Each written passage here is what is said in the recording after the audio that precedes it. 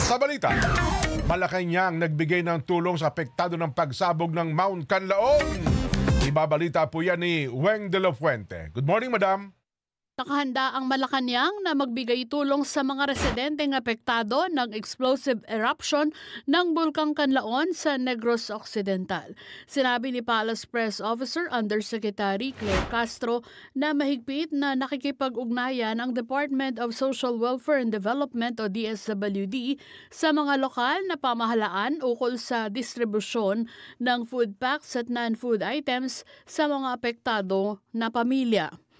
Dedeterminahin din niya ng administrasyon ang pangailangan ng LGUs lalo na sa pondong kakailanganin. Kung kinakailangan po, ito po titignan po mabuti kung ano po ang pangangailangan ng mga LGUs at agad-agad pong bibigyan po ito ng tulong.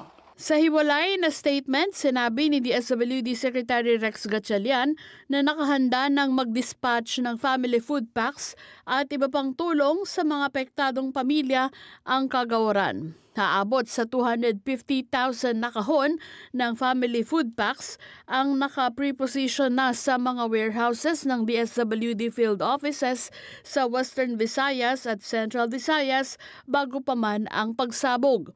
Inaasahan din ng DSWD na tataas ang bilang ng ililikas pero nakahanda niya ang mga kalapit na warehouses.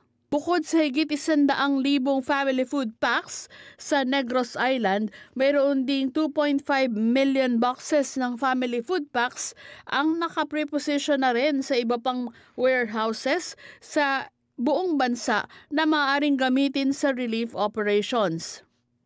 May nakalaan ding 865,447,000 pesos worth ng non-food items ang DSWD gaya ng kitchen kit, family kit, sleeping kit, hygiene kit at laminated sacks bilang bahagi ng relief items.